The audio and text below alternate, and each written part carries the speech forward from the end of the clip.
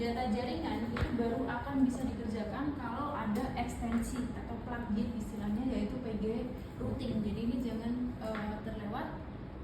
Masukkan query di dalam PG adminnya seperti ketika kemarin kalian membuat bahwa ada kalian bikin ekstensi PG routingnya. Kalau berhasil nanti ini adalah yang muncul.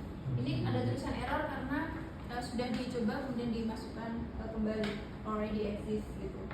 Nah, kemudian baru kalian memasukkan, kalau di PG admin kan kalian klik kanan apa ya, kalian membuat new table gitu kan kemarin, new database, new table. Nah ini kalian punya SAP, kalian masukkan ke dalam PG admin dengan cara kalian butuh satu file perangkat lunak baru. Nanti ini bisa bebas di download, PostGIS File Import Export Manager, gunanya untuk memasukkan data GIS ke dalam PG admin. Dia akan berubah menjadi tabel, geometrinya juga nanti akan terlihat. Nah, nanti tinggal kalian import, pastikan masukkan di sini, akan muncul geocolumn ininya. Kemudian RM ini artinya remove, jadi kalau kalian dicentang nanti datanya dia akan hilang. Nah misalnya kalian mau menambahnya satu-satu gitu ya, satu kalian masukkan, pastikan ketika import lagi yang tadi sudah ditambahkan nggak ada di sini. Nanti dia akan ditambahin lagi, dia pasti akan error karena itu tadi udah ditambahin, dia nggak mau kalau ada yang double gitu ya. Mau dicoba satu-satu juga silakan. SRID ini Spatial Reference ID, itu kan datanya itu di zona 49 gitu ya, jadi dia pakainya 49, 327 itu untuk lintang bumi selatan, 326 lintang bumi utara.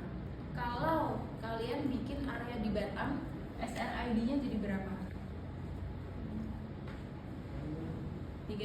Ini tadi 327 lintang selatan, Batam di utara atau selatan?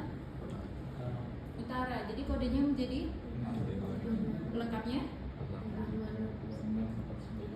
kita berada di zona 49, 48, berarti jadi 32648. Ini untuk SRID-nya. Ada banyak cara penulisan sebenarnya, tapi kode umumnya adalah seperti itu. Nah, kemudian kalau kalian proses importnya ini nanti berhasil, akan kalian cek di kolom di menu table kalian akan muncul semua data-data yang kalian masukkan tadi. SHP yang kalian import ini nanti akan muncul di sini sebagai tabel. Nah, baru dilakukan pembangunan topologinya. Ini ya caranya menambahkan kolom source atau target. Kita menentukan suatu jalan itu nanti dari titik A ke B atau B ke A, sama seperti yang kereta tadi itu menggunakan ini. Ini bisa pakai query, atau kalau kalian mau menambahkan klik kanan menambahkan new column sendiri juga silakan, tapi lebih mudah ini sekalian kita atur juga tipenya apa. Kemudian ini dilakukan pembangunan topologi. Nah, perhatikan sih ini isinya. Ini adalah simulasi untuk jalan karena ini adalah nama tabelnya. Tabel ini ya yang dipanggil. Ini ya tabel jalan yang akan kita topologi. Nanti kalian cek data jalan kalian itu nama tabelnya apa, nama SHP-nya. Jadi disesuaikan, jangan diikuti mentah-mentah apa yang ada di sini. Simpan di sini dengan nama simbol geomnya. Simbol geom ini dari mana? Itu dari ini. Nah, nanti ketika kalian mengimport, jadi kalian akan memanggil SHP-nya ke sini. Ini bisa kalian rename. Setiap SHP kan dia punya geometri. Kita mau kasih nama apa? Kalau semuanya namanya geom, nanti kita bingung. Ini tuh tadi yang dipanggil geom yang apa ya? Gitu ya. Geom simulasi jalan atau geom titik gitu. Jadi kasih nama misalkan jalan geom. Bakpia tadi kan ada ya, Bakpia geom, POI geom. Jadi sesuaikan dan jangan pakai spasi. Nah, ini nanti karena yang akan kita lakukan pembangunan topologi adalah di data jalan, maka di sini kita tulis kita tadi adalah kolom geom yang untuk jalan. Misalnya kalian beri nama jalan_geom ya, disesuaikan. Nantinya hasilnya akan muncul suatu ini tabel baru vertex yang dia sudah terisi source dan targetnya. Hasil dari pembangunan topologi ini tadi adalah terisinya kolom ini. Nanti kalian cek ini ya, kalian cek touch screen ternyata bukan ya. Kirain sorry saja di ini salah fokus. Ini nanti kalian buka tabelnya, view table gitu ya, nanti akan muncul yang source dan targetnya dia sudah terisi, maka topologinya dia berhasil. Kemudian lakukan pengecekan graf dengan ini, pastikan ini adalah nama tabel kalian. Kemudian simbol geom adalah nama geometri yang tadi kalian gunakan, sesuaikan dengan yang kalian masukkan. Nah, sudah pembangunan topologinya itu di PostGIS, baru kita masuk ke Quantum GIS. Nah, kita masuk ke Quantum GIS dengan cara kita hubungkan, jadi harus di laptop yang sama itu ya, kita panggil Quantum GIS-nya at PostGIS layer, masukkan koneksi basis data kalian,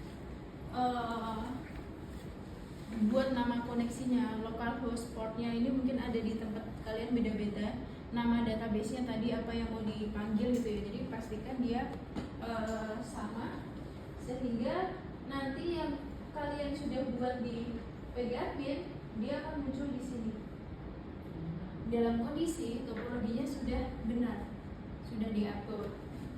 Nah, kalau sudah seperti itu, barulah kita membuat rute.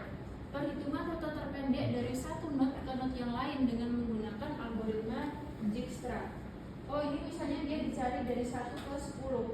Kalau 1 ke 10 ini kalau dilakukan di PGAdmin ya, berarti dari titik 1 ke titik ini ya, dari 1 ke 10. Dari poin 1 ke 10. Nah, kalau di ArcMap, di Quantum GIS ini bisa kita simulasikan. Oh, ini dari titik 1 kemudian ini titik ke 10. Kalian bisa munculin juga labelnya. Ini mencari rute terpendeknya. Jadi dia nggak perlu muter ke sini misalnya. Nah, ini coba kalian ada beberapa. Ini kan kalau dia dari 1 ke 10 ya. Itu codingan yang pertama. Codingan yang kedua menggunakan cara direction. Yang ketiga adalah 1 ke beberapa node yang lain. Ini terserah, kalau di sini dia membuat dari 1 ke 36 ke 40. Kalian nanti silakan bisa coba-coba, terserah kalian. Nah, ini adalah rutenya. Jadi ada 3 itu yang kalian kerjakan intinya. Dari node 1 ke node 10, node 1 ke node 10 tapi pakai bidirection, dan dari 1 node ke beberapa node yang lain. 3 itu yang dikerjakan, tapi prosesnya seperti tadi. Nah, coba mulai dikerjakan.